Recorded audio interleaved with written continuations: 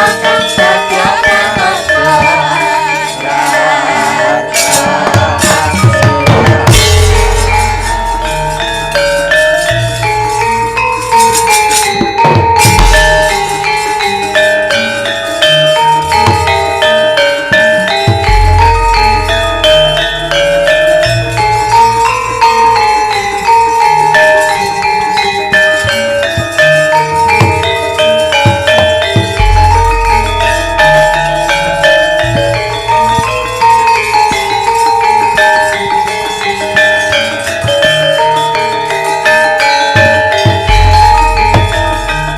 Si Janaka kang patutan dening si Dresanala bakal tak lebur ana kene, bakal tak lebur ana madyaning Kawah Candradimuka.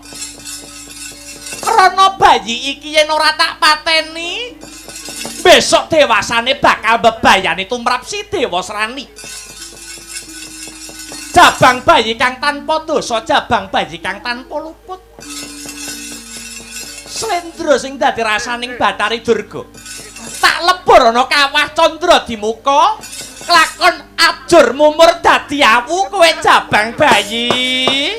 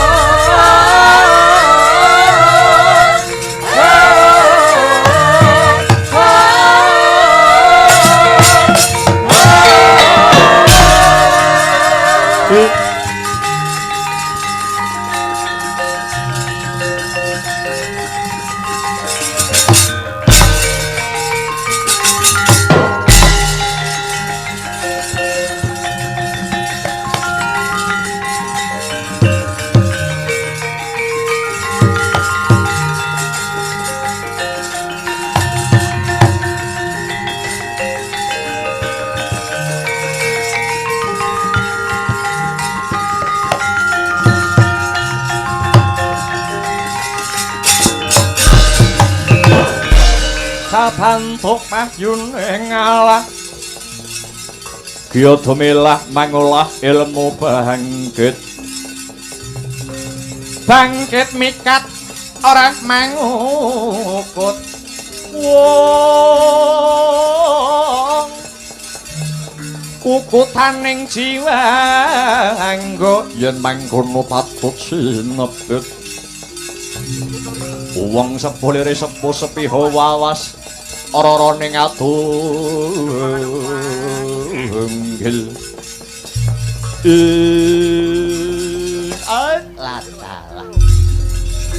lae mbegegek ugek sadulita hemel-hemel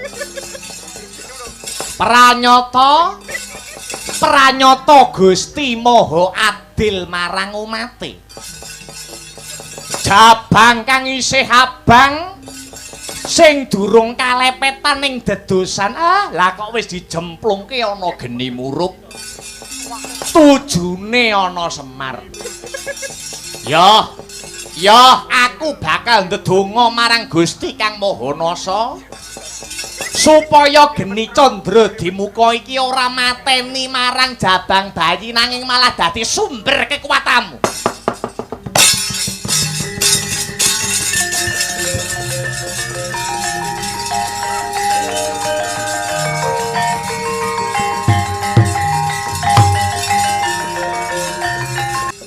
nggo sandangan kang sarwa mompyor lan gawe sepatu apa kowe dewa? Iya. Aku sawijining dewa kang mapan manggon ana ing kayangan kene. Jenengmu dewa sapa? Aku Dewa Indra ya Sang Surapati. Dewa Indra ya Sang Surapati. Iya. Matake dewa kuwi wis ngerti sadurunge winarah kesdik sing dadi paningalih.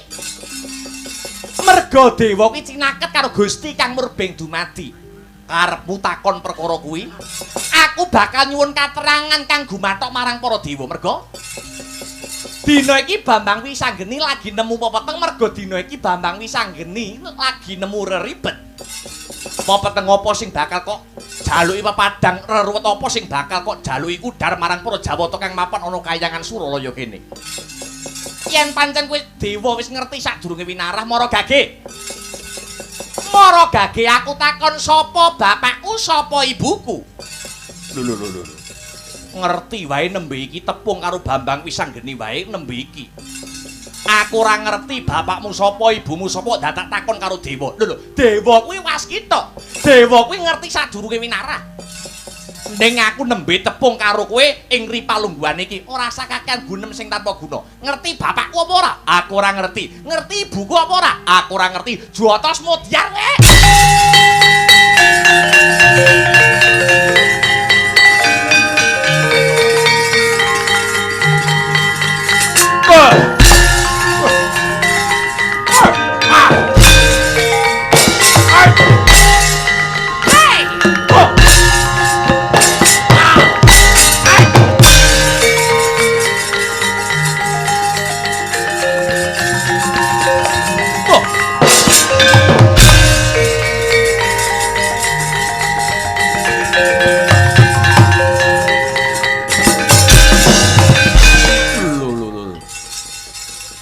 Bocah wingi sore ninggal karo Subasita. Dampyak-dampyak ngamuk punggung Suratam Taha mapan ana kayangan jenengmu sapa? Bambang Wisanggeni. Nitik saka busanamu kang sarta nggawe sepatu kowe wujuding dewa, kowe wujuding Jawata. Pancen bener kaya mangkono. Yen pancen kowe sawijining dewa, jenengmu dewa sapa?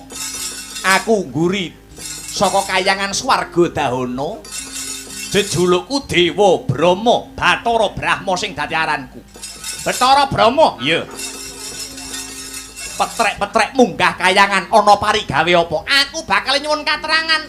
Takon marang para dewa. Takon babakan apa? Sapa bapakku, sapa ibuku? Paring ana weruh karo Wisanggeni. Aku ora ngerti, Le. Petuk karo kowe, petuk karo dapurmu dina iki. Kok wis mbok takoni sapa bapakmu, sapa ibuke bocah piye? Ayo ngerti ora? Kowe ora ngerti jotosi lho. Bocah gendeng munggah kayangan takon sapa bapake, sapa ibune. Lagi kenal lagi iki, lagi tepung ya lagi iki kok takon bapake sapa arep jotosi para dewa kira putune wong edan iki. Ayo ngerti bapakku karo ibuku apa ora? Aku ora ngerti iki tunggale.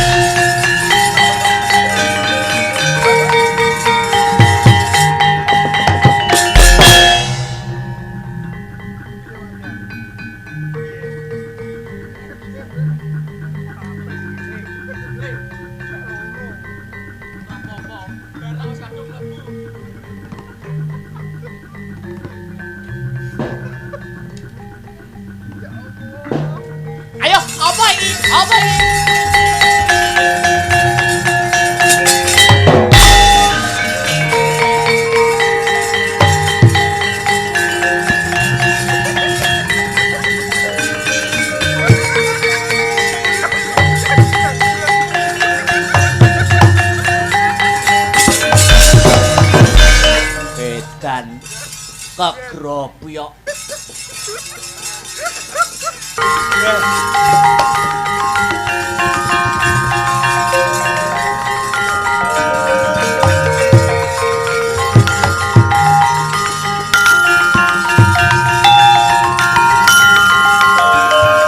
Durga.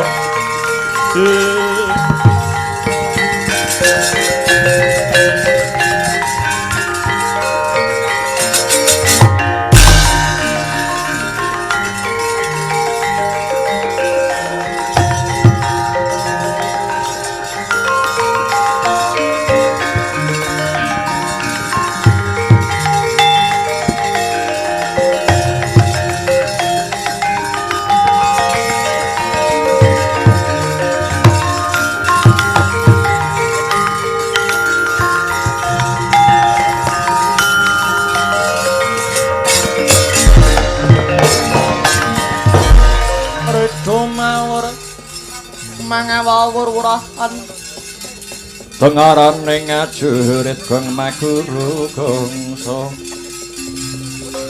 Tata kaya butula para pangri ing turangga hesti nyemeng duwaja kang kekiter para kata ingkang duwaja duwaja lelayu Sebit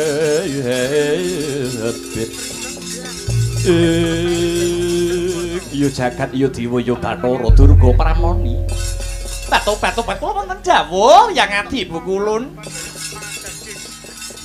kahanan kayangan Suralaya ketaman goro-goro kagiri-giri mubal endute si Blegedaba ngakak galak kumitir petite Sang Hyang Nagaraja akarya goreh rongeh bingung bilung-lungan para Hapsara miwah Hapsari bareng tak teliti kanthi permati nganti tekan jroning ati tinemune jebul sumbring gara-gara ana bocah wingi sore kang ngamuk unggung Suratamtaha dewa-dewa padha diantemi dewa-dewa padha dijotosi dewa-dewa padha dipala ganteng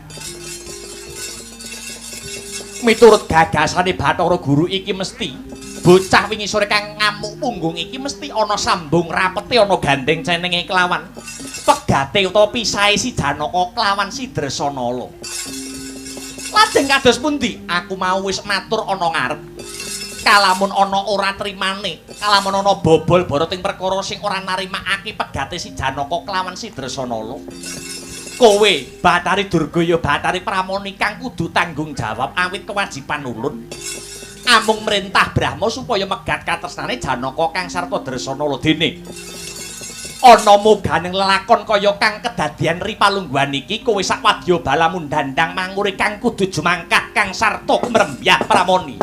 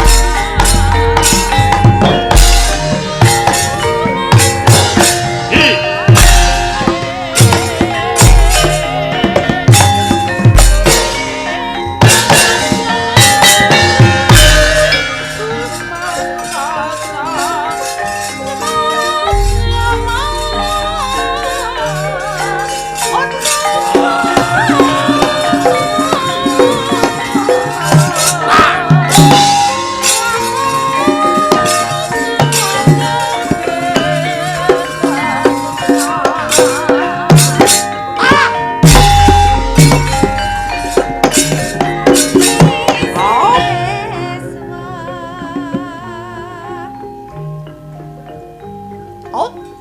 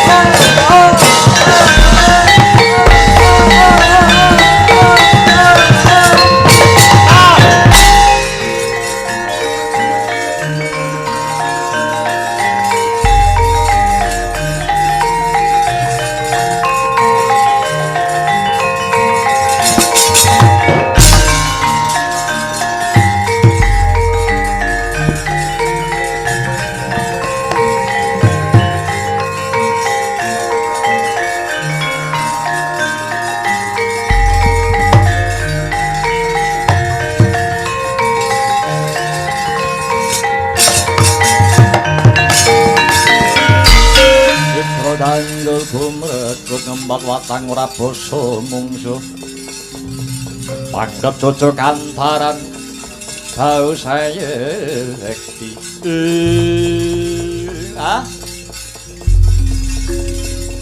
Kok kebangetan temen pakartine Bathara Guru Bambang Wisanggeni lagi dewasa durung duweni luput durung duweni dosa lah kok kae malah nyiyagakne prajurite Durga saka ndandang mangure kinen ngeroyok Bambang Wisanggeni ya Semar percaya Suradira jayane ngrat suwuh brasta tekaping ulah Darmastuti sing bener bakale jejer sing salah bakale saya tak goleke bantuan kowe Bambang Wisanggeni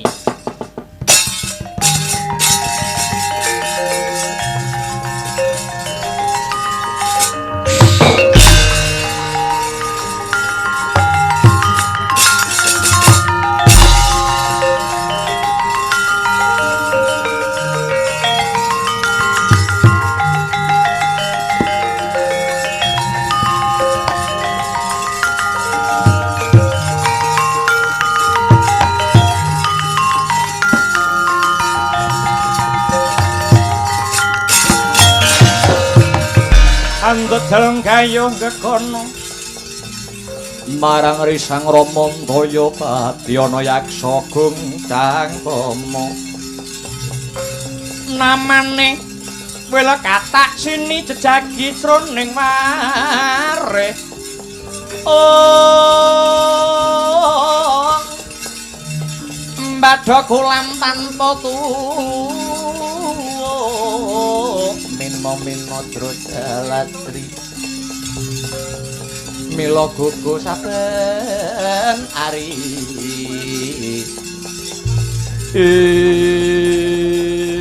kaget tak timbali kowe Anoman nun inggih wonten timbalan paduka Sang Hyang Ismaya amiji dhumateng prapanipun pun senggono sareng kula mriki kula cumadung dawuh pun senggono cumadung dawuh arsa ngangklungaken jangga nilingaken karo nenggara mentah sabda jengandika Sang Hyang Ismaya jejiban menapa ingkang kula tindakaken kewajiban menapa ingkang kedah kula sanggul ngene aku njaluk tulung karo kowe ya Anoman ing ripalungguhan iki dewa singlar saka kautaman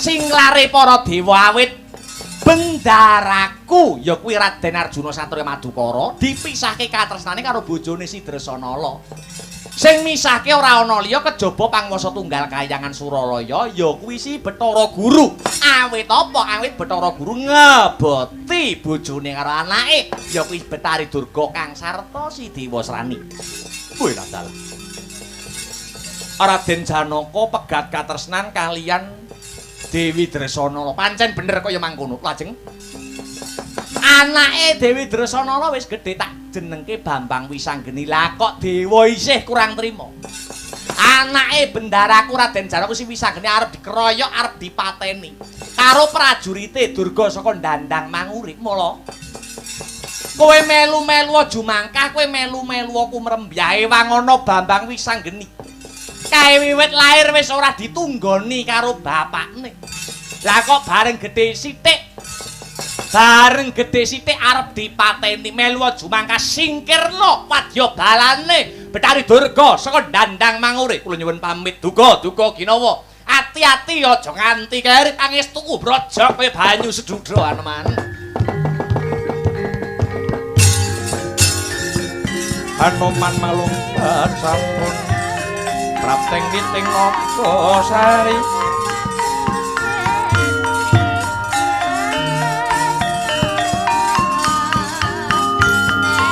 mulat ngandhap katingan manut gayu kurang lurus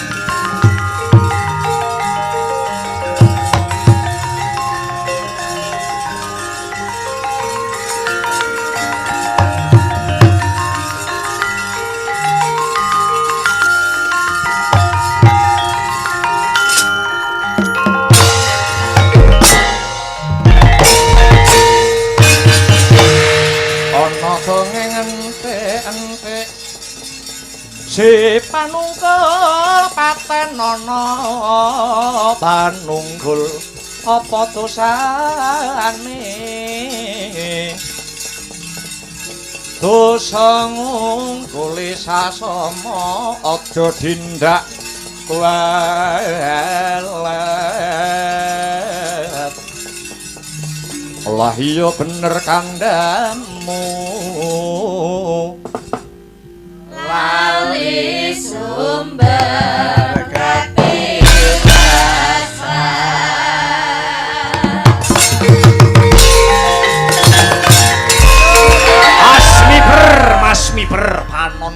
pating kalepyur. Durung swanggungku nyet dalem kepapak ana Wanarasita. Kethek mulese putih yen bisa tata jalma manungsa ngaku sapa sing dadi aranmu he Wanara. Tambu marang aku ngguri saka pertapan Kendali Sada Anoman kang dadi jenengku Anoman Senggana Kapiwara Rama Dewati kethek jenenge pirang-pirang. Bali takonono barisan segelar sepapan cat katon cat ora sapa sing mandekani barisan. Tampu marang aku temenggung salokat katut barat kekesete Ratu Gustiku Raden Dewasrani. Semedya laku arep menyang ngendi? Arep mateni satriya kang ora duwe duga, ora duwe tata krama miyang Subasita.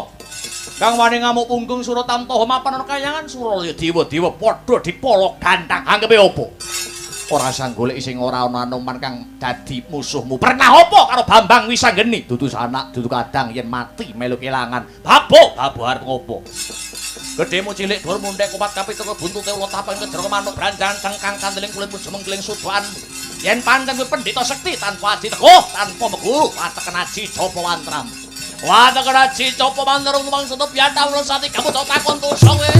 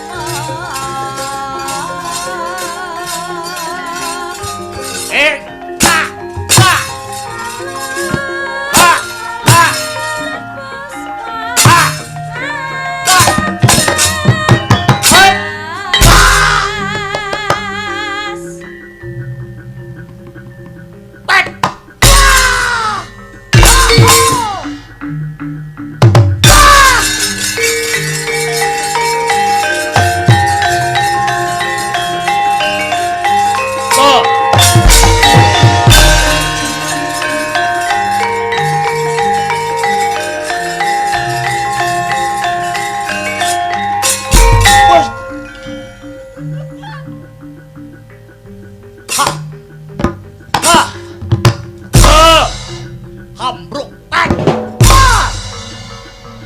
Hi. Ha. Ho.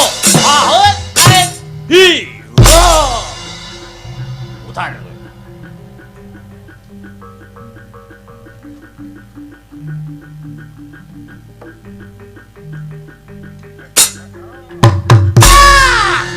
Oh e o. Daya. O a e. O a. O a.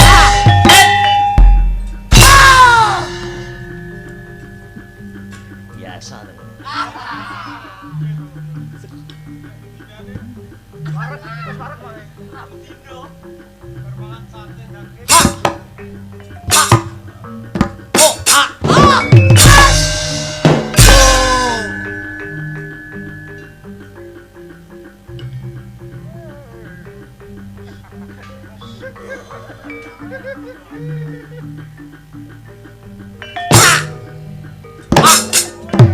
Daya. Lo hi. A.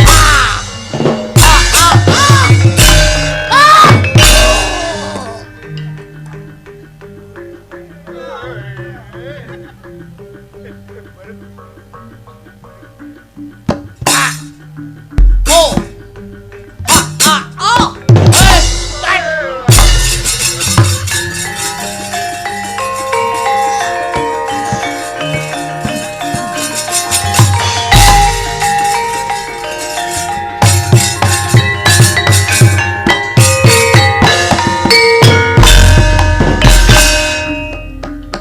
Keparat simurang tata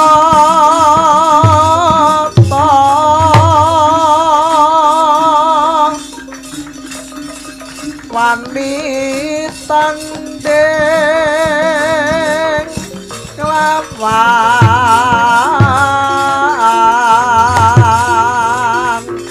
mami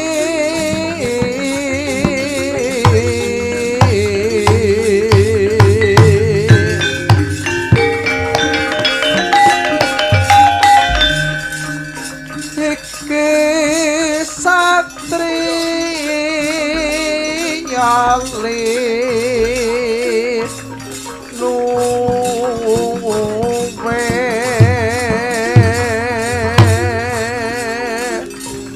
jayeng palu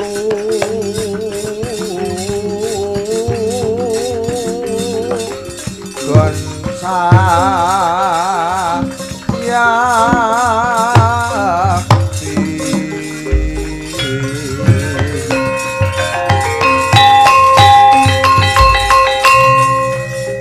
apa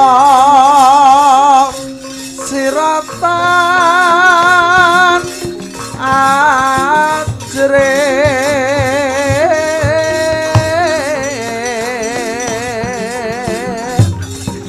sing lena praptan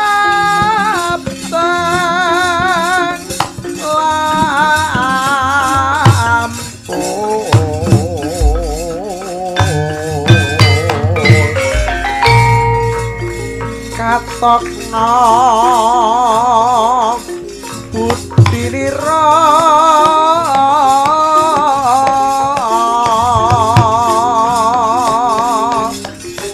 sira mesti bakal lale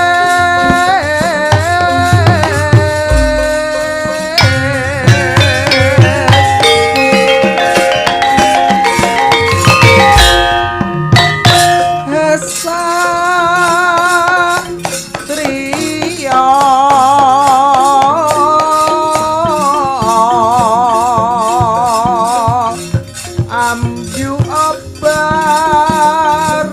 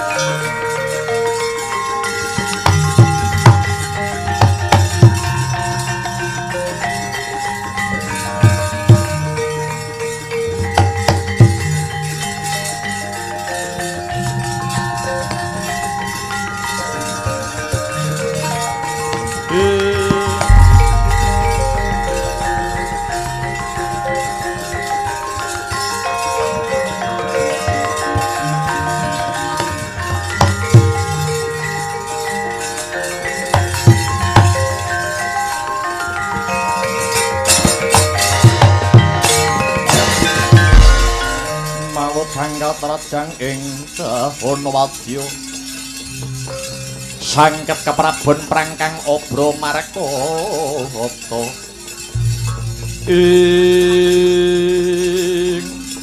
iki menungsane sing wani ngamuk mapan ana ing kayangan Suralaya dewa-dewa padha dipala gantang nganti bubar mawut ora ana sing mangga kuliya.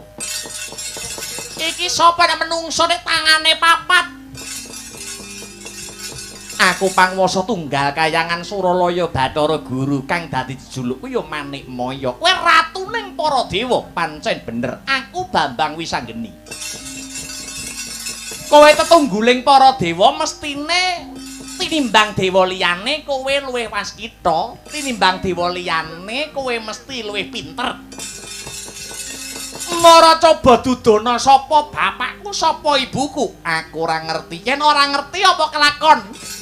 Kayangan Suralaya ki tak dadekke Karang Abang murang tata basa urip. Kelakon tibani gelap ngampar bledhek Bathara Guru mati gosong kowe wis ngendi.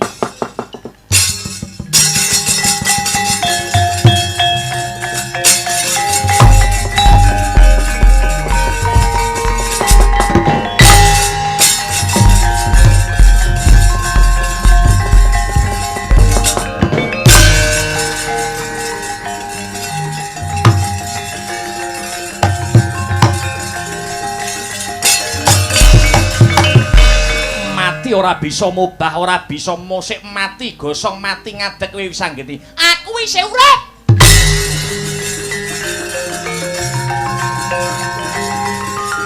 Wah. Wah. Ai.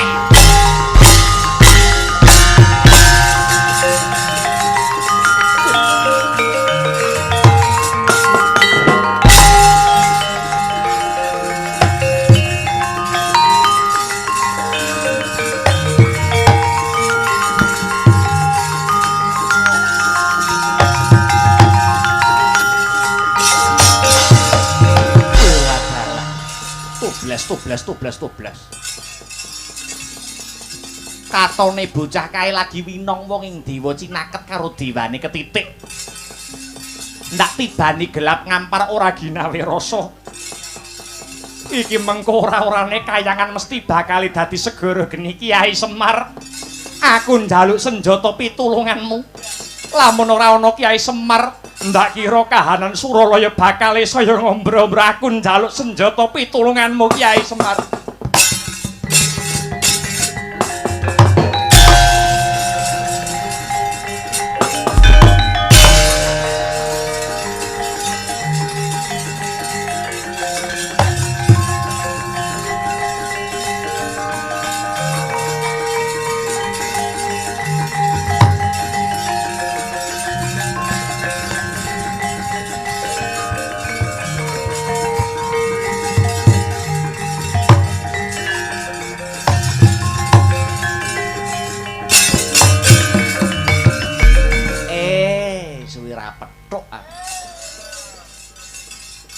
Iki mesti enek butuhe.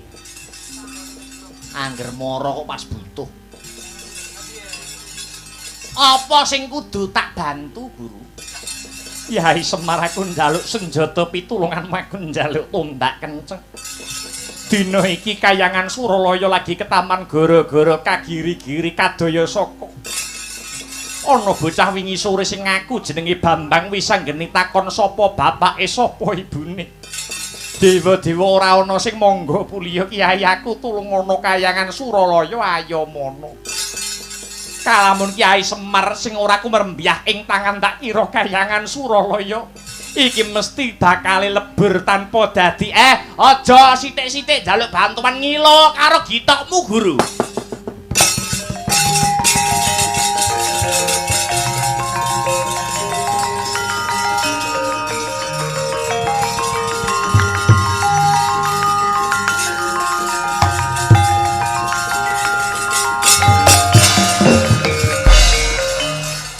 Ana tembung aja tudang-tuding tudingen awakmu dhewe.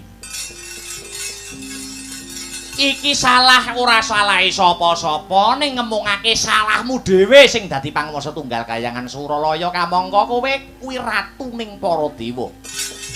Sing nemtoke abang ijone lelakon sing nemtoke kintang kimpuling perkara kowe megatne katresnane bendaraku Janaka karo Dewi Dresanala kowe ngeboti Durga kowe ngeboti Dewa Srani iyaw ora.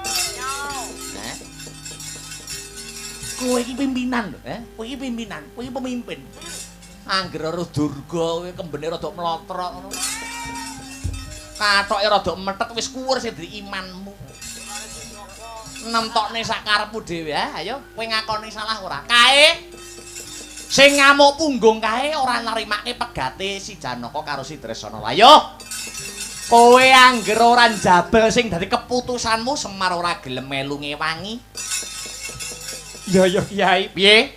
Aku ndodok ing reh kaluputanku. Terus bakal tak wurungake, bakal tak gagalake anggonku bakal ndhauke putraku si Dewa Srani kelawan si Dresanala.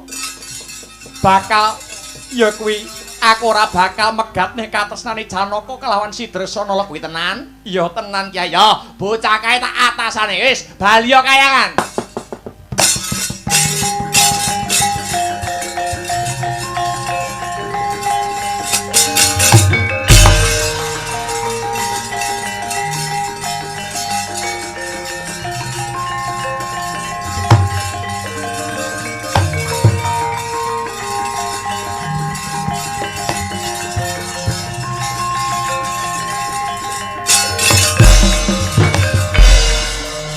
Dewa-dewa ora ana sing menang musuh Bambang Wisanggeni Kyai iki piye? Jenengan pengen ngerti tenan sapa bapak sampeyan? Ya aku pengen ngerti mara coba duduhna Kyai Semar. Mara tuduhna bapakku sapa kek? Monggo papane dudu wonten Kahyangan mriki. Lho, lah banjur papane wonten Madyapada. Monggo kula gandeng tangan sampeyan sing tengen kula duduhke sapa bapak sampeyan.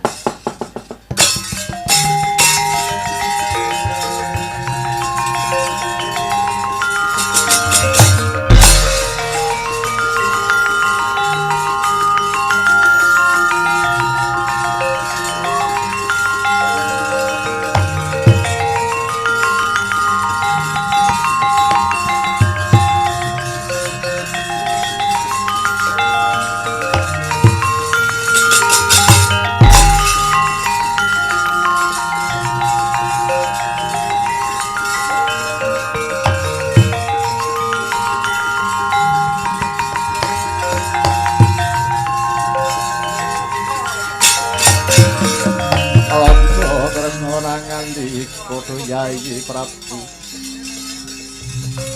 Dun Yai Prabu sung kawing tias mulat solai ngariniro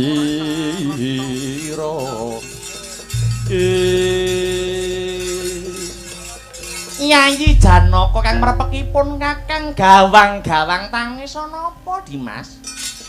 Kapejahana ki mawon kula Koko Prabu. Perkarane apa ngono lho, Dak? Kula pegatan. Kula pegatan. Ro sapa bojomu akeh kok? Kaliyan Yayi Dresanala. Sing salah kuwi kowe. Bareng kowe mbiyen kajatu krama karo Dresanala kuwi lali ing sesanggeman, lali ing jejibahan. Kowe lali karo darmaning kasatriyanmu. Kowe malah katrem, kowe malah betah ana ing Kahyangan Swargadahana nganti nglirwake kewajibanmu dadi satriya. Iya apa ora? Nun inggih kula dodo kalepatan kula lajeng kados pundi? Kula mboten saged pepisahan kaliyan Yayi Dresanala. Yayi. Ana tetembungan yen petenge saya ndedet padange enggal tumeka sing sabar selehna rasamu kang sarta pikiranmu. Aja kendhat ndedonga marang Gusti kang murbeng dumadi muga-muga lelakon iki enggal antuk suluh-sulak padang.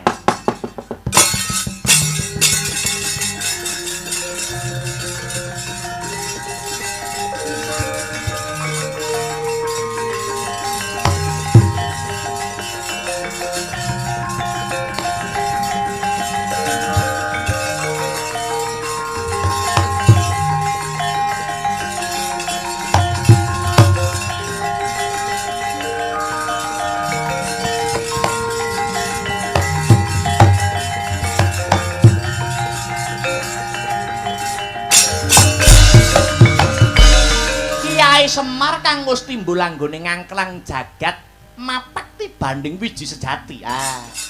Inggih. Ndara Janaka piye Kyai Semar? Ampun nangis nggih, Den. Satriya niku pantangan ngetokne banyu werna loro. Siji banyu ingkang medal saking netra. Dadi satriya dadi bocah lanang aja gampang nangis. Loro menika banyu madi. Dadi bocah lanang dadi satriya aja seneng tracrut turut dalan. Kamsutmu piye Kang? Ampun nangis, anak sampeyan pun dewasa kula paringi tetenger Bambang Wisanggeni. Apa ing katresnan antarane jenengan kalian bojo sampeyan Dresanala. Niki teng wingking kula, anakku bocah bagus.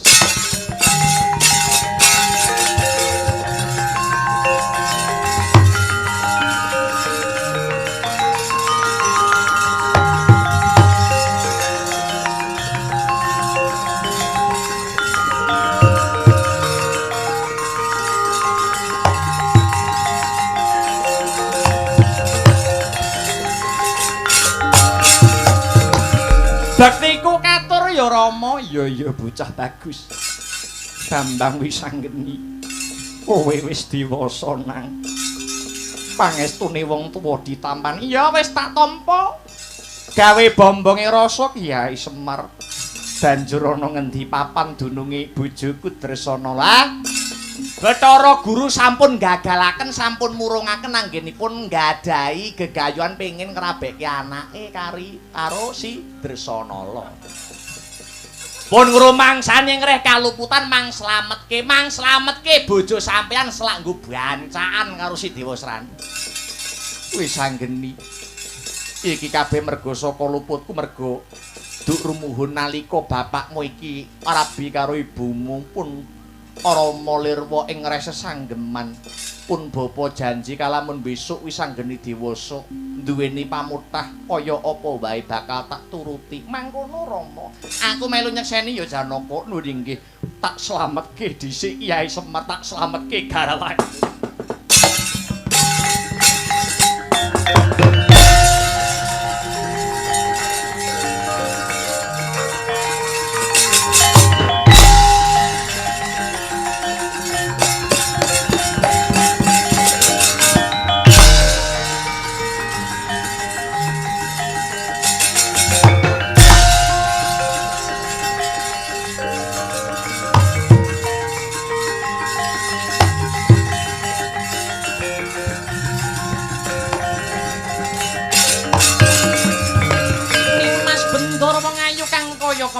Godhong tunjung netrane. Dresanala wong ayu, Dresanala wong manis. Ora ketang setetes aku njaluk tetes sing katresnanmu gagah-gagah aku timbang Janaka. Sugih-sugih aku timbang Janaka. Apa wae sing dadi pamintamu bakal tak turuti. Kowe dadi bojone Dewa Srani ora bakal tiba ning parang curine bakal tuwiba ana kasur babut.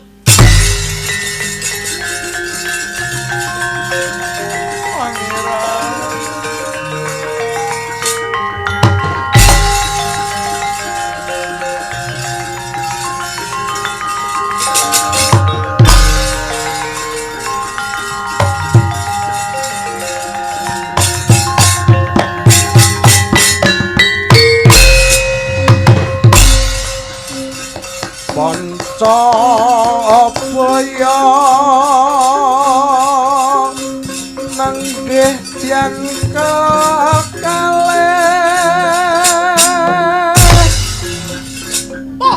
manding yudha aneng madya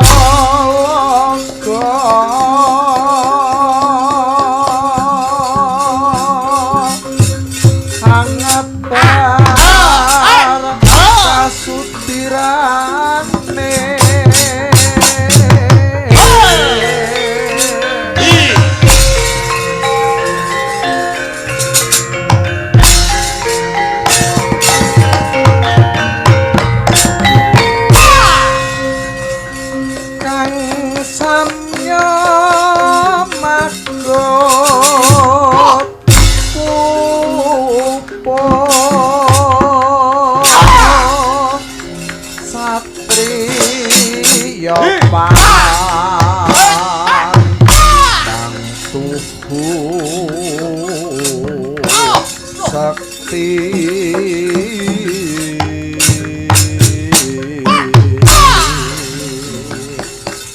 tampuh ing madya loka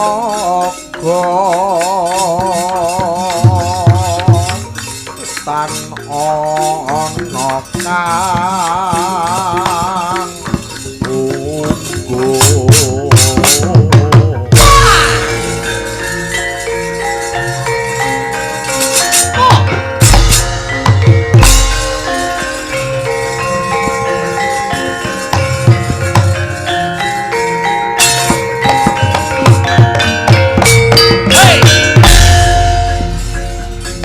Wijayan kanuragan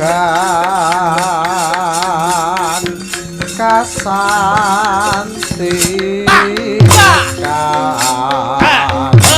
coba mantra wis kaesti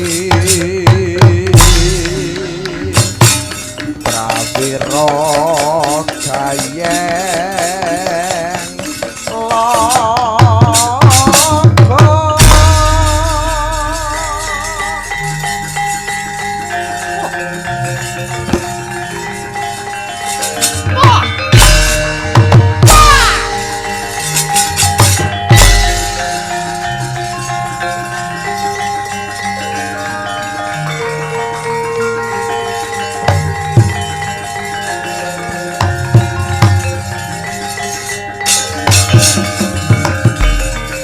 Guming siring mangsa kala dina ganti sasi ganti taun Raden Wisanggeni wis ngancik ing masa dewasa manjing jagating asmara prasasat kaya milangkori sing dadi penggali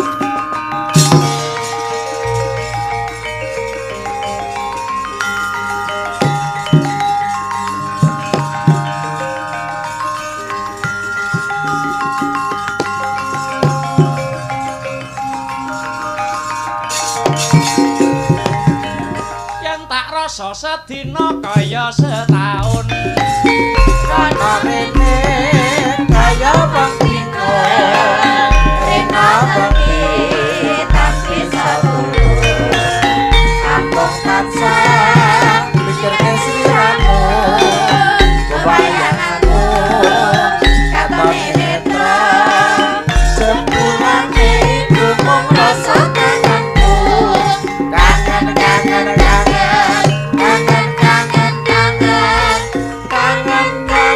kangen aku kangen seliramu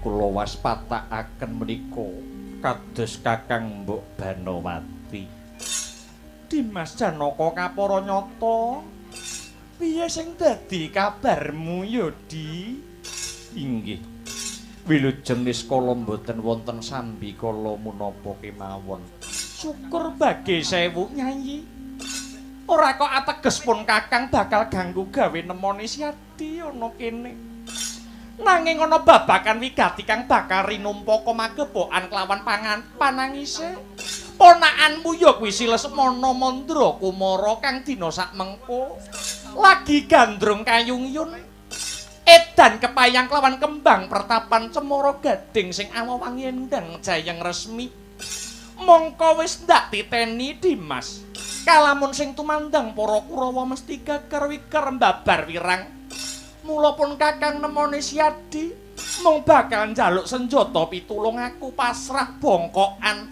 babakan palakramané ponakan Lesmana Mandra Kumara kelawan Endang Jayang Resmi ya Dimas. Nuwun inggih Kakang Mbok. Jernyatanipun dados manungsa menika kewajibanipun kedah bebantu sama samaning titah.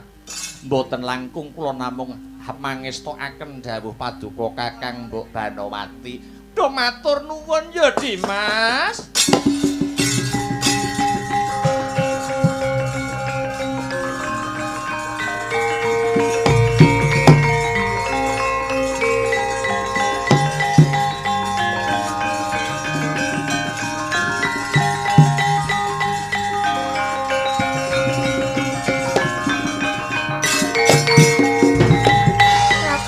Panuwun ya Yayi. Lesmana kuwi dudu sapa-sapa, Lesmana kuwi anake Banowati. Mongko Banowati kelawan Permadi kuwi nadyan pinisah tata lair nanging batine tetep nyawiji.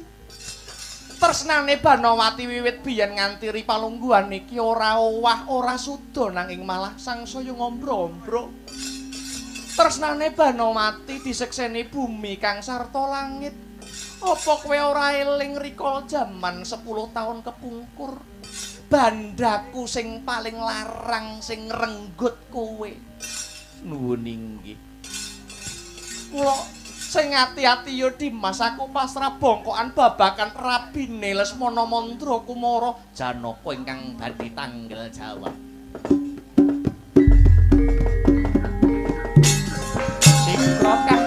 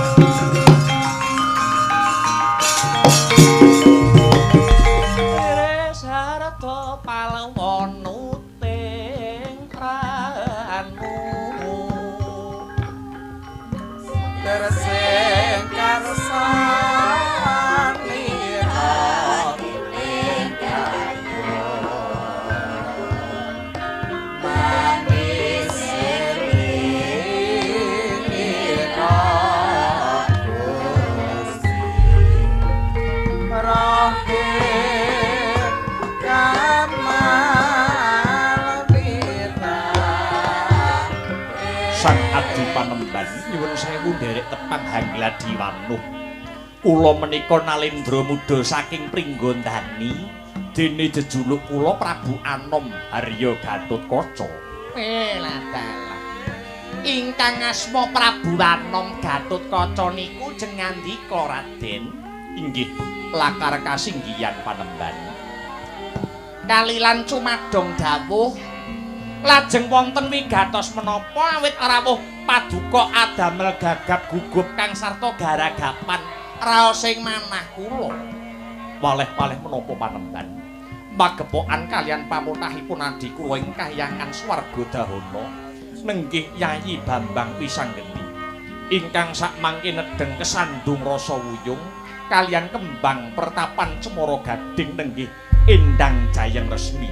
Pramila Panembahan ripalungguhan sakmangke Gatotkaca nedya ngebun-ngebun enjang hangut dan udan sonten ngelamar ingkang putra kagem jatuh kramanipun adi kula pun Bambang Wisanggeni.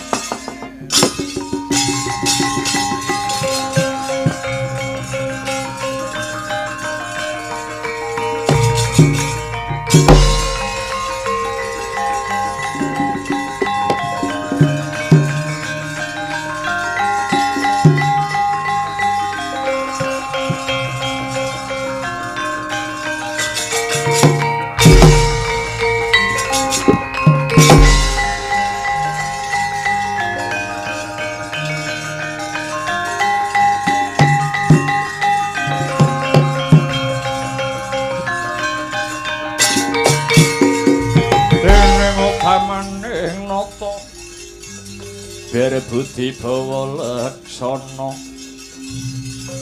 lire berbudi mangkono lila legawa ing griya ing Hamid pasang kaliman tabik tinebihna saking siku dendaning Hyang Manon. nyuwun sewu Kula Nalendra Traju Trisna Prabu Boma Narakasura ingkang dados jejuluk kula. Inggih Sang Prabu lajeng ngaten.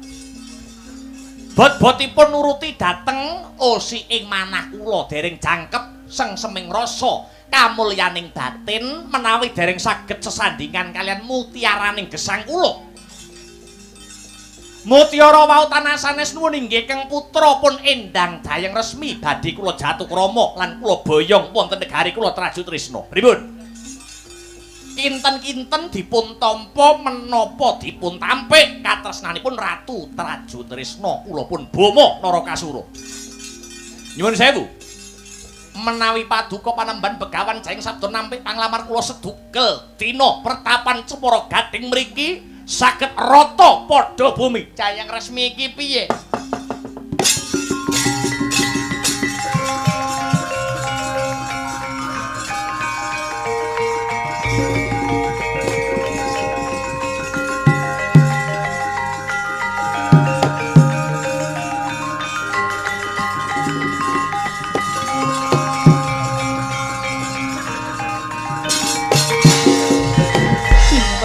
Mangke kinarya rampunging perkawis wonten bebana ingkang kedah paduka wujuti sinten kemawon saged anjatu krami dumateng kula waton saged mujuti cupu manik mustikaning bumi kinarya serah-serahanipun Boma sing saku mujuti.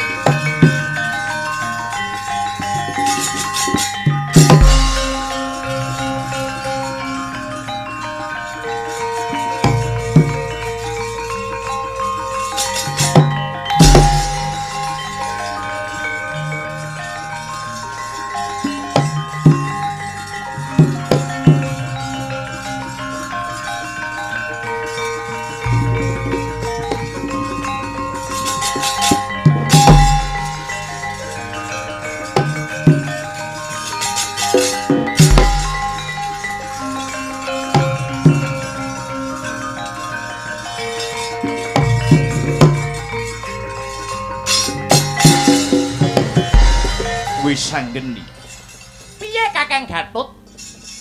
Sing gedhe pangapuramu dina iki Gatotkaca ora bisa netepi marang kesaguhan. Lho, kok ngono? Sing kepengin rabi karo Jayeng Resmi ora ngemungake kuwi ning Kakang Buma Narakasura uga bakal ngayunake endang Jayeng Resmi. Satemah Jayeng Resmi njaluk bebono mau wujude cupu manik gambar bumi mongko lumaing bawana kureping ngakasa ora ana sing duweni cupu manik gambar bumi kejaba ibune Kakang Buma ya kuwi Bathari Pertiwi. Mula sing gedhe pangapuramu wis anggeni. Sik, melerono sik. Iki kudu tumandang bareng-bareng.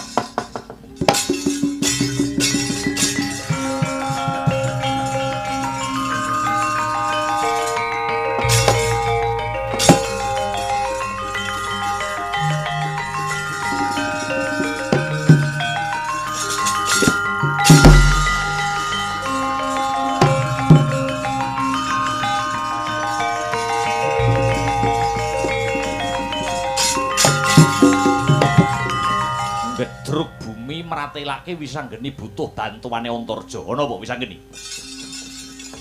Kakang Antarja, dina iki anggone wis anggeni bakal dedaupan kelawan Endang Jayeng Resmi putrane Panembahan Begawan Jayeng Sabda. Saka pertapan Cemara Gading sajae ana sing bakal ganggu gawe. Ora ana liya kejaba Kakang Buma Narakasura dina iki ana sayembara sing kudu diwujudi. Sapa wae bisa dedaupan kelawan Jayeng Resmi kalamun bisa mujuti serah-serahan cupu manik gambar bumi. Mongko sing kagungan ora ana liya ya kuwi kejaba Bathari Pertiwi. Banjur karepe bisa ngene piye? Bathari Pertiwi kuwi manggone ana sajroning bumi. Yen Kakang Buma lewat ndaratan Kakang Antarja bisa langsung ngambles bumi. Dhisik ana lakune Kakang Buma. Tak kira cupu manik gambar bumi iki mengko bakal bisa diregem luwih dhisik. Ya ngestokke dawuh sanggeni.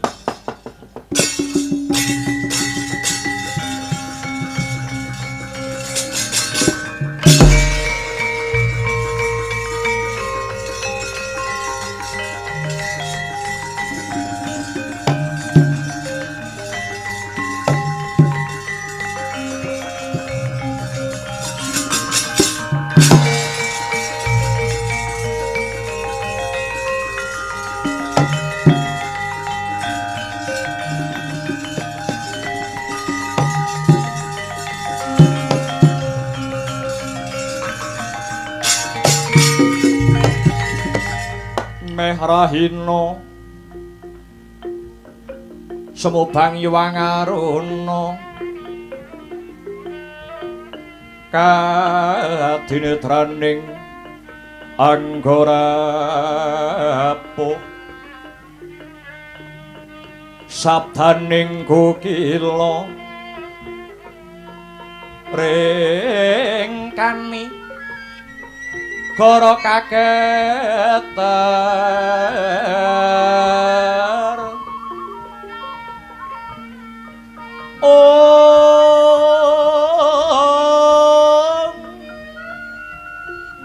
niki dung haninggung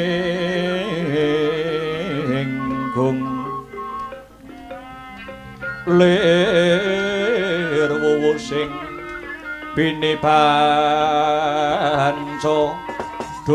aduh Bathara Gung kang amur-amur bumi ugi keparengan paring pangan sangga marang kawula kang bisa pilih jatuh kramaya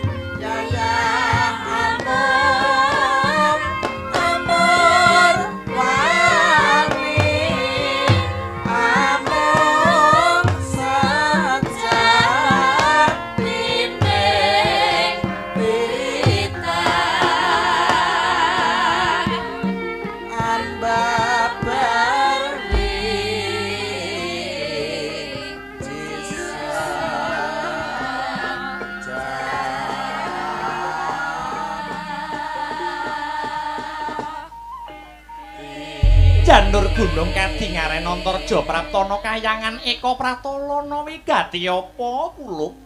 Inggih Wa Bathari.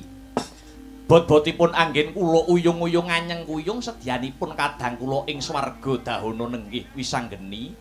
Anggenipun kepingin Apalakrama kelawan putri Cemara Gading ingkang amawangi Endang Jayeng Resmi.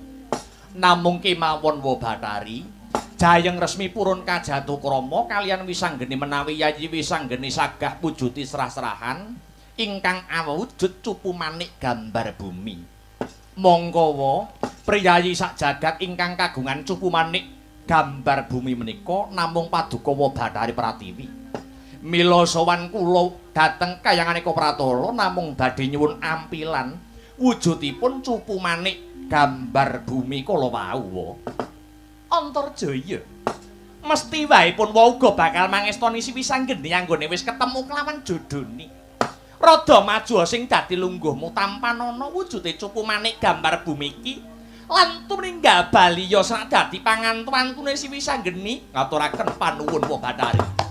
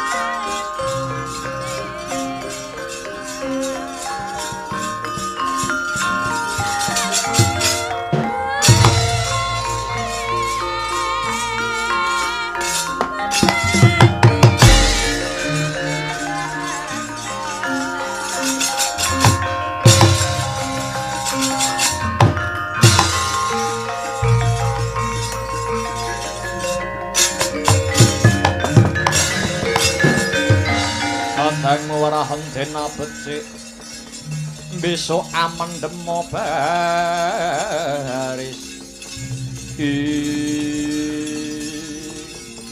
putraku Bama kang sumengka prapta ana ngarsanipun ibu.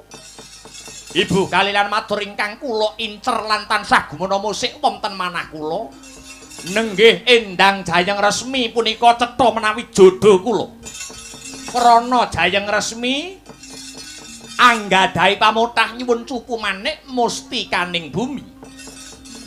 Ya jagat ya dewa ya Bathara. Randhat sing dadi tekamu kedhisikan si Antarja kang uga ngampil wujude cupu manik gambar bumi. Inarya dedawane Wisanggeni lan Jayeng Resmi. Antarja maling yang satelek.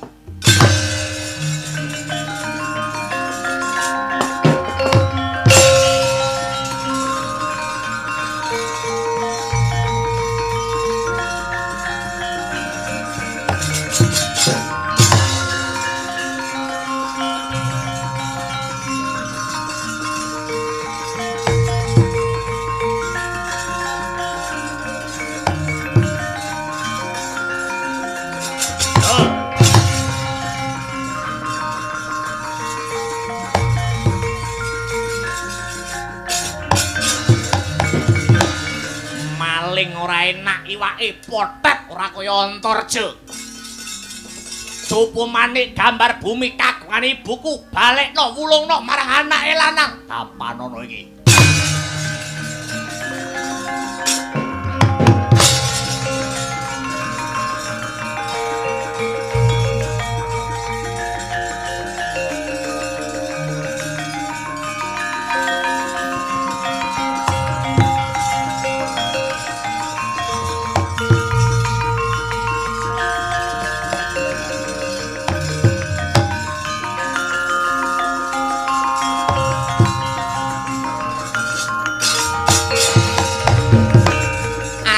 Bathara Eka Warna mbahe Bama Narakasura Ratu Traju Trisna. Bama kae putuku cupu manik gambar bumi kuwi kagungane anakku si Pertiwi. Antarja ora gelem balekke tak jawil tangane Eka Warna ora geseng tak sembah dlamakanmu. Nom musuhe nom tuwa musuhe tuwa.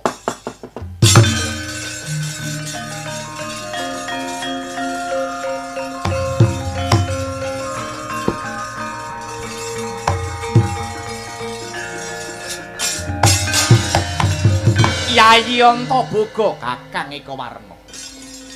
Ora susah dadak kakean bebangal.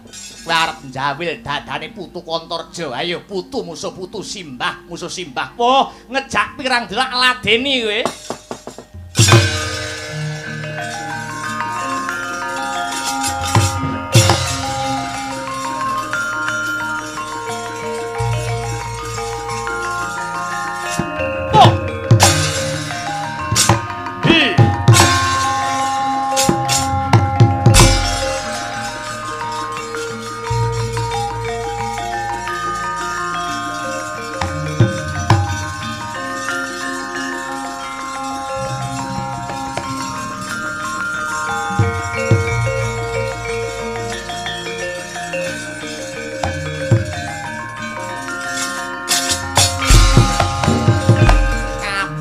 Dunya iso tentrem kapan?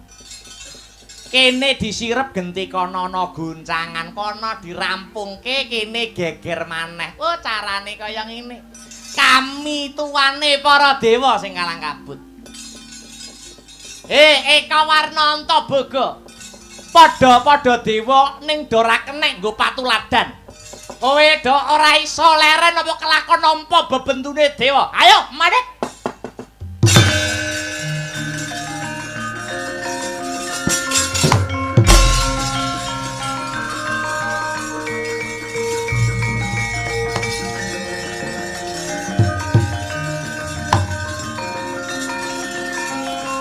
Ayo, madhep.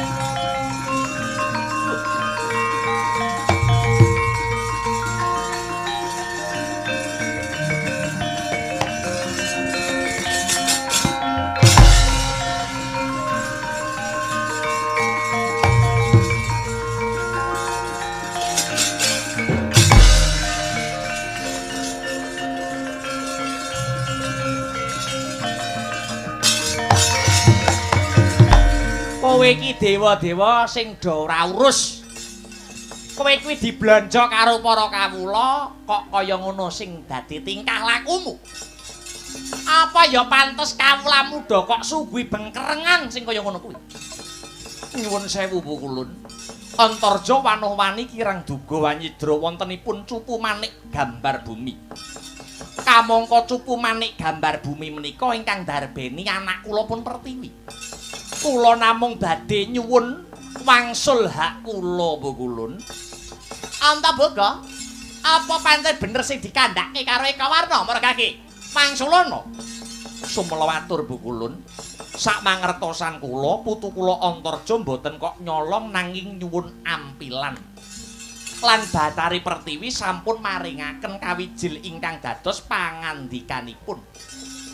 Sampun ngantos cupu manik menika dipun konduraken menawi dereng rampung dedaupanipun wisanggeni. Wis saiki ngene.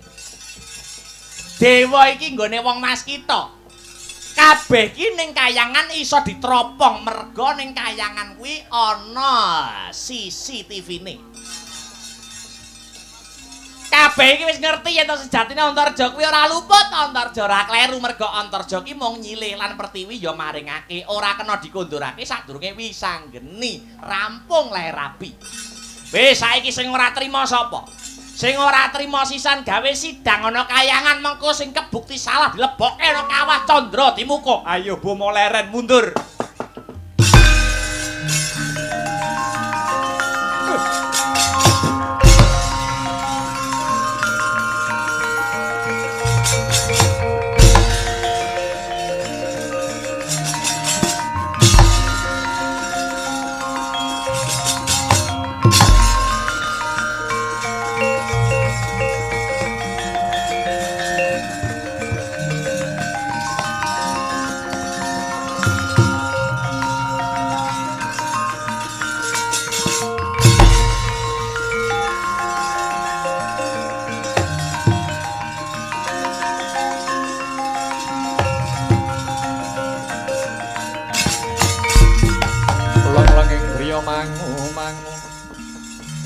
Mangun kung kanduhan rimang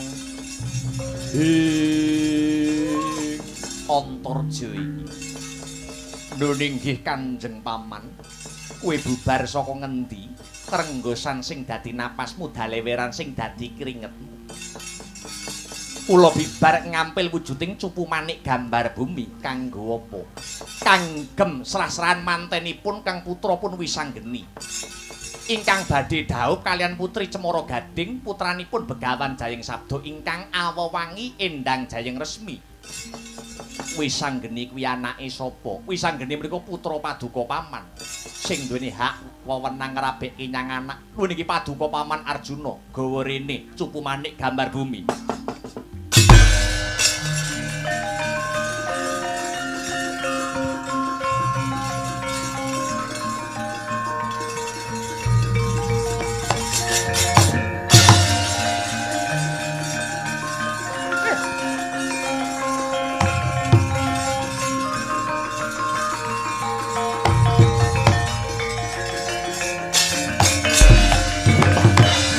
Wis enteng sing dadi gegayuhanku Witruk. Mananipun kelakon kasembadan aku ngentuk ki wujuding cupu manik gambar bumi tak serahke Paman Janaka kinarya rabine Wisanggeni. Iya nek paman jenengan Raden Janaka badhe ngrabekke Wisanggeni. Lho, lah banjur ndara kula pun ndara Janaka teng wana teng alas wau papakan kalian bedangane lawas. Nuwun inggih Putri Ngastina nuwun inggih pun Dewi Banawati disambati kon ngrabekke Lesmana Mandra Kumara. Nggih padha badhe nglamar Putri Cemara Gading sing wewangi Endang Jayeng Resmi. Dadi Raden Janaka njaluk cupu dhateng jenengan ora arep nggo ngrabekke dhewe ning kanggo ngrabekke bocah Ngastina. Aduh mati aku. Piye iki?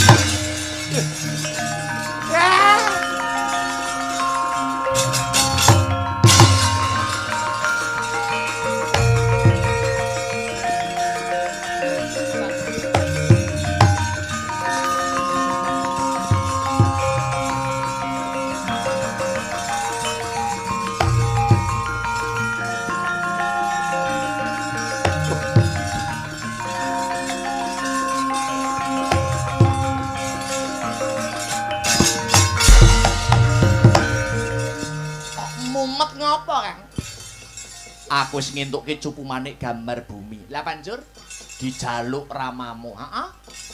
Ning tinemune jebul ramamu njaluk cupu manik gambar bumi ora kanggo ngrabekke kowe. Lho, lah terus kanggo ngrabekke Atmajendra Ngastina Lesmana Mandra Kumara mergo bapakmu disambati karo Dewi Banawati. Iki piye?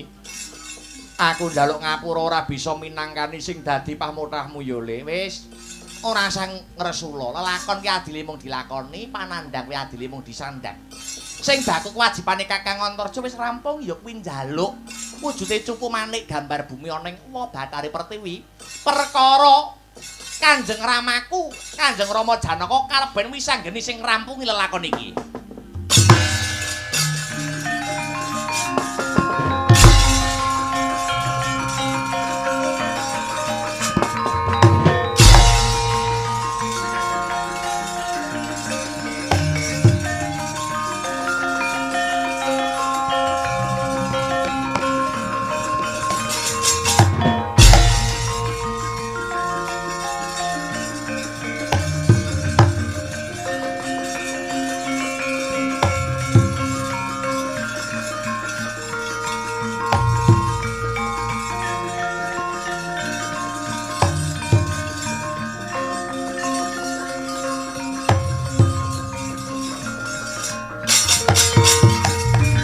Wisanggeni arep menyang ngendi? Kudune aku sing takon, Rama. Rama arep menyang ngendi? Arep ngrabekke Atmajendra Ngastina si Lesmana Mandra Kumara kakangmu. Lho, karo Endang Jayeng Resmi. Serah-serahane cupu manik gambar bumi. Endi wujude anakmu pengen nyawang?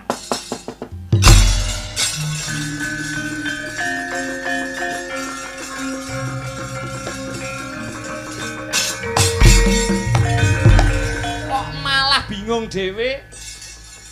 Cupu manik gambar bumi ilang Wisanggeni. Apa iki to? Apa iki sing dadi wujude cupu manik gambar bumi? Lho. Lah kok regem. Ayo gawa rene kowe ngalao. Kowe ngalah karo Kakang Lesmana Mandra Kumara. Ngalah piye? Wis biyen nganti saiki kon ngalah terus. Yen perkara Jayeng Resmi aku ora bisa ngalah. Wah, tak ruda paripeksa kowe wis anggene. Jiwa manting.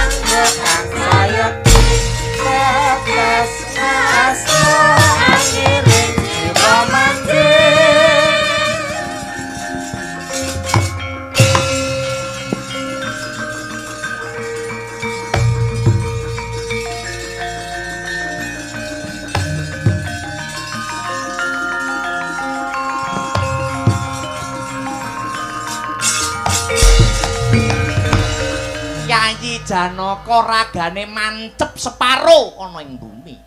Ana apa? Kula wonten daya ingkang anerjang raga kula satemah mancep wonten ing Bantala. Lho, lha kowe ngopo? Kula badhe ngrabekke Atma Jendra Ngastina, nuwun inggih pun Lesmana Mandra Kumara nanging cupu manik malah diregem keng putra pun wisanggeni kula saut wonten daya angin ingkang mbandhang raga kula satemah raga kula mancep wonten Bantala. Ngene ya, wis cekak aos wae. Kowe biyen tau janji apa karo anakmu Wisanggeni? Kowe biyen nalika lair Wisanggeni kowe ora melu nunggoni awit kowe duweni keluputan, kowe lirwa ing sesanggemaning kasatriyan. Bareng Wisanggeni wis diwasa kowe biyen nate janji besok sak mangsa-mangsa Wisanggeni duweni gegayuhan kowe bakal minangkani. Lah kok saiki bareng anakmu wis arep rabi, kowe malah ngeboti wong-wong Ngastina merga disambati karo Banowati. Aduh kula nyuwun pangayoman, aku ora gelem ngayomi kowe. Yen kowe ora gelem ndodho karo kaluputanmu, lho nggih. Kula ndodho ing reh kaluputan. Tenan? Lho nggih. Karep ngrabekke anakmu si Wisanggeni nun inggih. Badhe kula jatuh kramakaken Kang Putra Wisanggeni kaliyan Endang Jayeng Resmi. Kowe wurungne anggono bakal ngrabekke wong Ngastina nun inggih Koko Prabu. Ya tak usadane Janaka.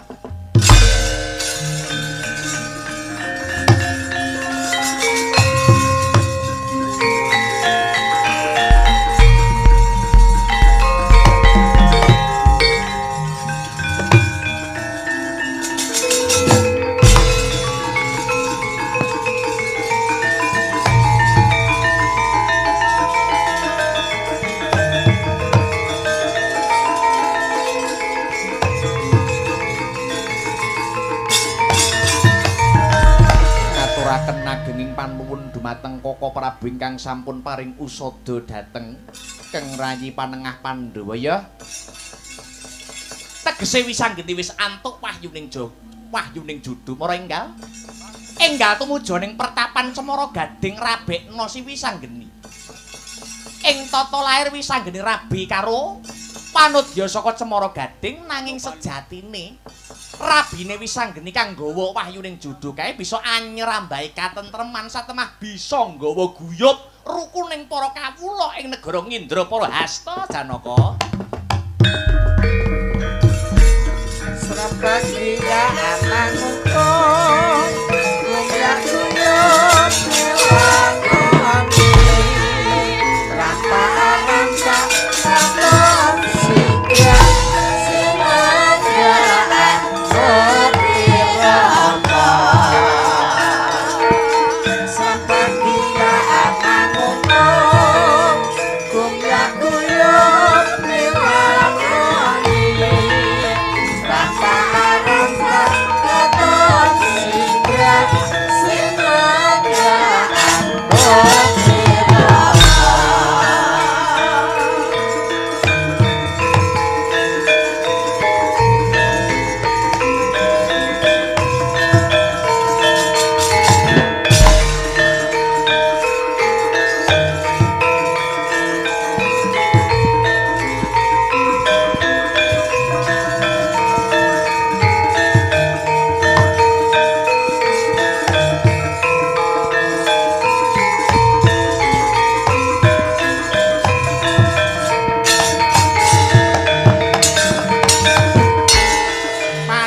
Putra sinten Raden? Panengah Pandhawa Raden Janaka wong tuane Wisanggeni. Wisanggeni putraku sing ana mburiku iki sediaku bakal ndhawuhke putraku Wisanggeni lan anakmu Endang Jayeng Resmi. Serah-serahan wujude cupu manik gambar bumi wis kasembadan ginayu iki tak aturi nampa panemban.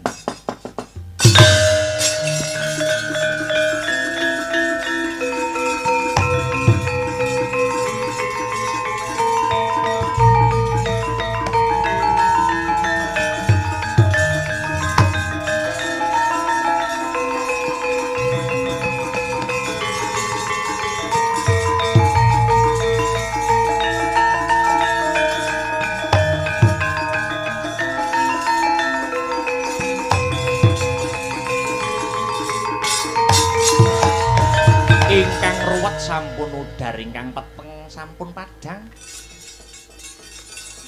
Jatuh kramanipun momongan kula Bambang Wisanggeni kalian Endang Jayeng Resmi tak ateges sampun antuk wahyuning judu katuju dadiya jodone.